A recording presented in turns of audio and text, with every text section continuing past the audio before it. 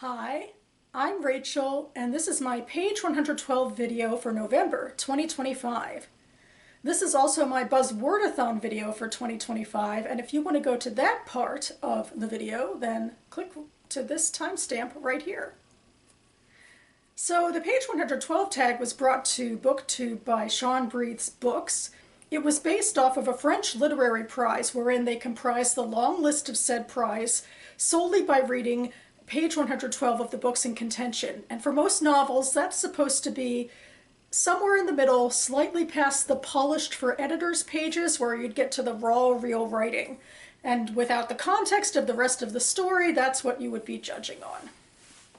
So I have been playing a version of this tag since the beginning of COVID to slowly tackle my physical unread shelves while building them back up again.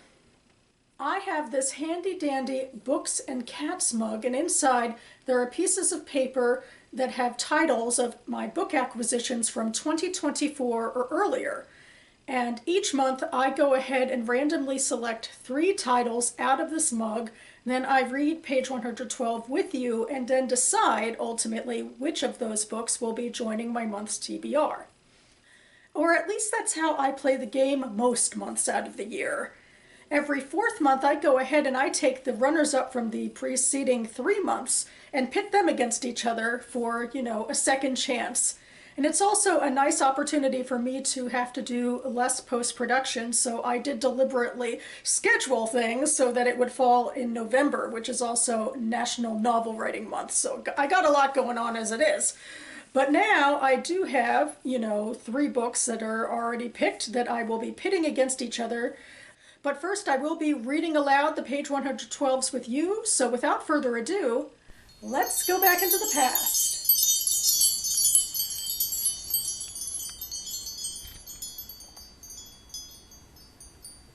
They talked to a few people and got them to open up design shops and clothing shops, details Pisapia. We were recreating the town and embraced everybody. He proudly claims, "We never had a Glenn Thompson kind of attitude. I will win it all. Fuck all of you." During the 1980s, several queer-owned or friendly restaurants opened. The Palms, Astral Plain, La La Land, Square One, and Sydney's. Williamton's Morning News, headlining Rehoboth's growing gay population, estimated 15 gay-owned businesses. Delaware's leading conservative columnist, Bill Frank, queried his morning readers, "Are the gays in Rehoboth troubling you?" On a sleepy side street, the avenue had transformed into a commercial destination. Flanking the Moon were clothing and jewelry stores, a bakery, and an art gallery, along with Terry Plowman's Front Page restaurant and Pat Whittier and Peggy Fuller's 6-room Paper Nautilus guest house across the street. Farther down the avenue, a former rooming house and courtyard had been converted into 8 specialty shops ranging from Christie's, selling women's apparel, to Elephant's Trunk, offering finely crafted toys. On the other side toward 2nd Street was Rehoboth Mews, a Victorian alleyway of boutique emporia, partly owned by Town Commissioner Norman Segru. Here, Secrets on the Beach showcased crazy shirts of Hawaii. Owner Sharon Cantor, a lesbian like many of those pioneering entrepreneurs, sometimes hosted champagne parties, yet she dreaded visits from the lumbering Segru, issuing stern warnings about risque underwear displayed in her window, or when her deceptively diminutive neighbor Bertha Pusey brought coffee served with bitterness. Around the 1st Street and 2nd Street corners were other queer businesses. Owners Bill Seivert and John Thies, who had met at San Francisco Stud Bar, operated Splash, an upscale casual clothing store, when Seivert wasn't working on his mystery novel set in Rehoboth. There, too, was lesbian-owned clothing store Norma Reeves' Whipstitch. The Chihuahua Taxi, a laid-back, funky Mexican joint, was opened by Pisapia and Felton in 1985. 1 street south on Maryland Avenue, Bill Corville and Bob Jerome opened their upscale Rehoboth guest house. Along Rehoboth Avenue were the end of the line, showcasing Key West merchandise. Greybeards of London, a tobacco and gift shop owned by gay DC book pioneers Deacon McCubbin and Jem Bennett, and of course the venerable Back Porch Cafe, now owned by Keith Fitzgerald, Leo Megdish, and Marilyn Spitz. We were great supporters of other people who were opening up establishments that were a step above, Felton said. Although she celebrates the new feeling of experimentation, there was also resistance, resistance, resistance. Okay, so here's a bit of a problem, I think, with me in nonfiction. I mean, it's not really a story on this page. I guess it is in part. It's like, well, here's a, smorgasbord of, stores that opened in Rehoboth, and I have to be so embarrassed because, like, I've been going to Rehoboth for forever, but I'm not always that great with, like, streets and everything. But anyway, I mean, this is just like a slew of names and, and businesses and people. So it's just a bit overwhelming in that way. I mean, in theory, I enjoy it. I enjoy the anecdote of, taking a closer look into these restaurants, and so forth, except that it's not really a closer look. We're just sort of listing them off about what was, on tap in, the burgeoning gay community, with a couple of cute or sad anecdotes like the conservative columnist and, a couple of quotes that seem a bit quirky. But yeah, I mean, I'm still really interested in this book, but I feel like, this page is not, the type of thing that would grab me.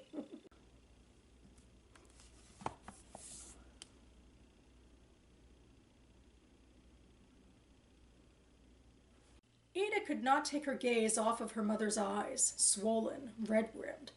Gently, she set the castle on the floor. Were you crying? No, just a bit. Today is a special day. It's a sad anniversary. Ada drew closer. I had two dear friends, Yusuf and Yorgos. They used to run this lovely place, a restaurant. Oh, the food was amazing. You could fill your stomach with just those delicious smells. Daphne turned toward the window, the light from the sun falling on her shoulders like a gold thread shawl. What happened to them? Poof! Her mother snapped her fingers like a magician who had just pulled off an elaborate trick. They disappeared. For a moment, neither of them said a word. Into the silence, Daphne nodded, resigned. So many went missing in Cyprus back then. Their loved ones would wait, hoping they were alive, held captive somewhere. Those were horrible years. She thrust her chin into the air, pressed her lips together so hard they took on a sickly pallor. People on both sides of the island suffered, and people on both sides would hate it if you said that aloud. Why? Because the past is a dark, distorted mirror. You look at it, you only see your own pain. There is no room in there for someone else's pain. Noticing the confusion on Ada's face, Daphne tried to smile. A smile as thin as a scar. So did they have ice cream in this place? Ada asked, the first thing that came to mind. Oh, you bet. They had fabulous desserts, but my favorite was oven-roasted figs with honey and aniseed ice cream. It was an unusual mixture of flavors. Sweet, pungent, just a bit tart. Daphne paused. Did I ever tell you about your grandpa? He was a chef, did you know that? Ada shook her head. He was the head chef at a famous hotel, the Ledra Palace. Every night they had great dinner parties. My father used to make this dessert for his guests. All right.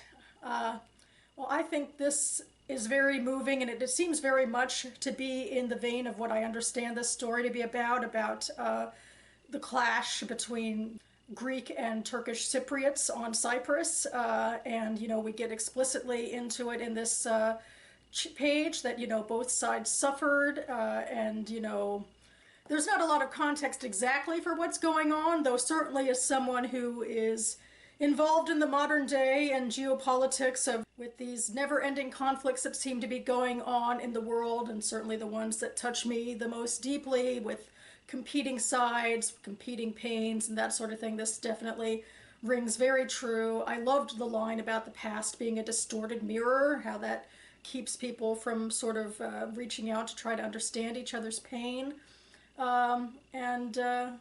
It was just like a moving conversation about the past between this mother and this daughter, so you can tell that the mother is haunted by the history of these two friends who And the two names of Yusuf and Yogros seem to be, at least my understanding is, you can tell they're different culturally, so these are from the two different cultures. So there's just a lot of movingness on the page. I also liked what she did with, well, especially with the smile like a scar. That definitely was really poignant imagery. So again, well, it's interesting. I think of Elif Shafak as someone who can talk really in grandiose ways about big ideas, and this isn't necessarily a big idea, but certainly being able to look back and parse the past in this way, the way the mother's able to, and is maybe teaching her daughter to be able to, that sort of hints at, those larger ideas that might come into play.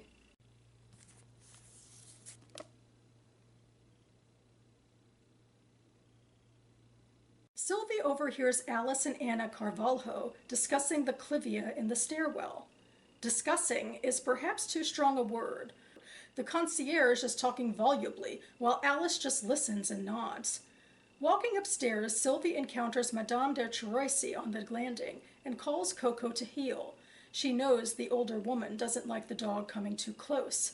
Not that Coco has ever shown any desire to frisk around either the judge or his wife. In his own way, he is quite as snobbish as they are. "Ah, bonjour, how are you managing with our Americans?" Madame de Cheroisy inquires, as if the Taylors are a shared tribulation. So the judge's wife now thinks they are on the same side of the divide. Sylvie smiles and replies that frankly she finds them a breath of fresh air. "It doesn't derange you, having them so close?" "Not at all. It's a great comfort." Très cozy, no doubt.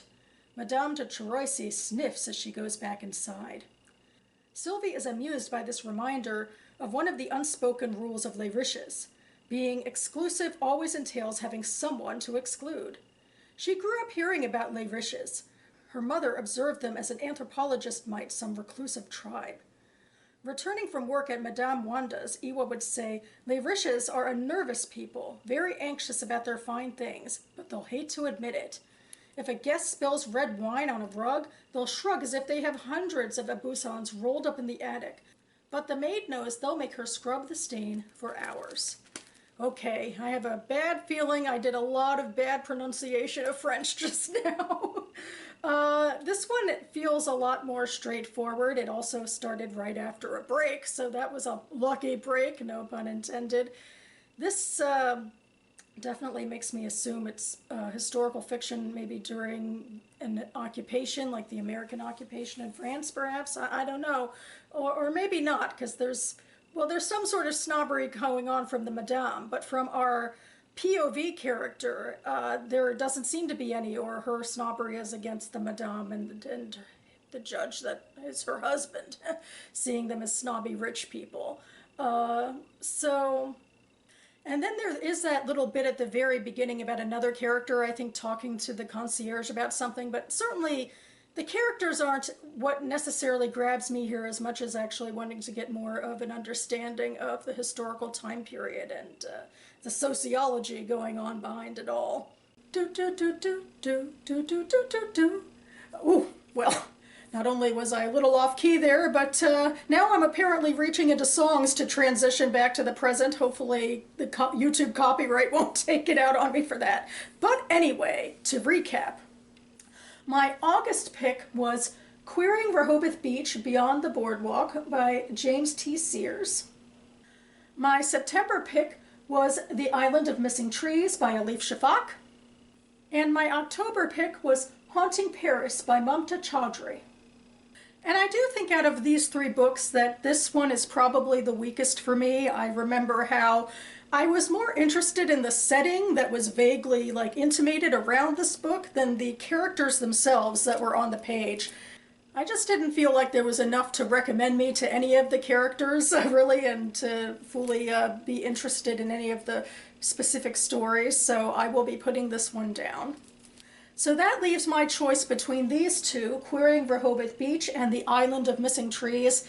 And I am cheating a little bit because I guess this is a cheat because I feel like I have a predetermined reason to put down The Island of Missing Trees, in that I am deciding that I think I want to do an author's backlist reading goal for Elif Shafak next year in 2026. So now I have new plans to read that book for that, event. And so then I can take it out of the running for this one. And that then leaves us with Querying for Hope at Beach, which is especially exciting for November because it is Nonfiction November. However, I don't think I'll be getting to this book this month. I've been running behind on reading goals and trying to, factor in like when I can do physical and when I can do audio and blah, blah, blah. So anyway, I will be reading this in December, but could I still count it as a Nonfiction November? Anyway, I'm looking forward to it. And now for the Buzzwordathon challenge, which is a staple of BookTube brought to us by Kayla from Books and Lala.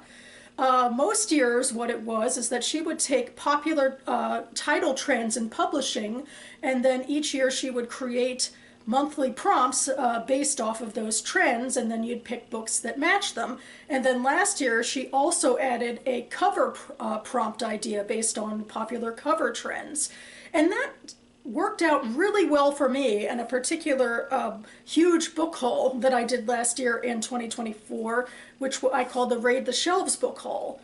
Raid the Shelves is put on by the Jewish Book Council. It's an organization whose website I basically live on. They, feed me a lot of Jewish-inspired fiction that comes out regularly, and nonfiction.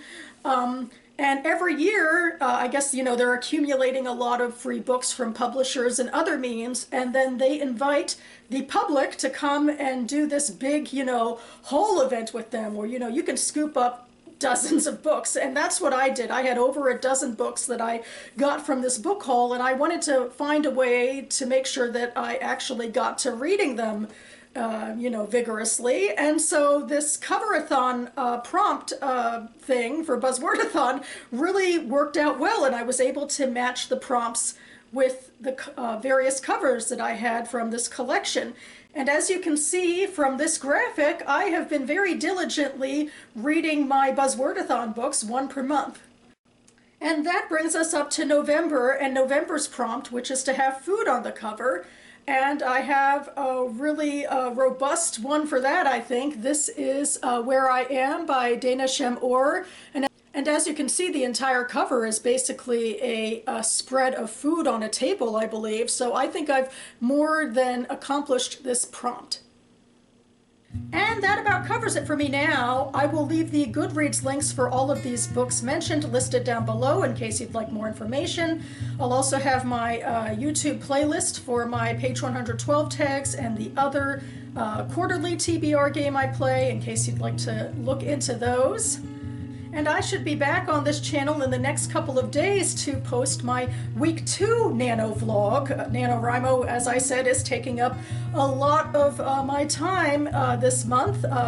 But shortly after I post that vlog, my next video should be a Would You Read It challenge video, where I look at yesteryear ballots of the BookTube Prize and read the first few paragraphs rather than page 112 with you and discuss what I think of them. And I'd love to hear your thoughts if you've read those books as well, so stay tuned for that.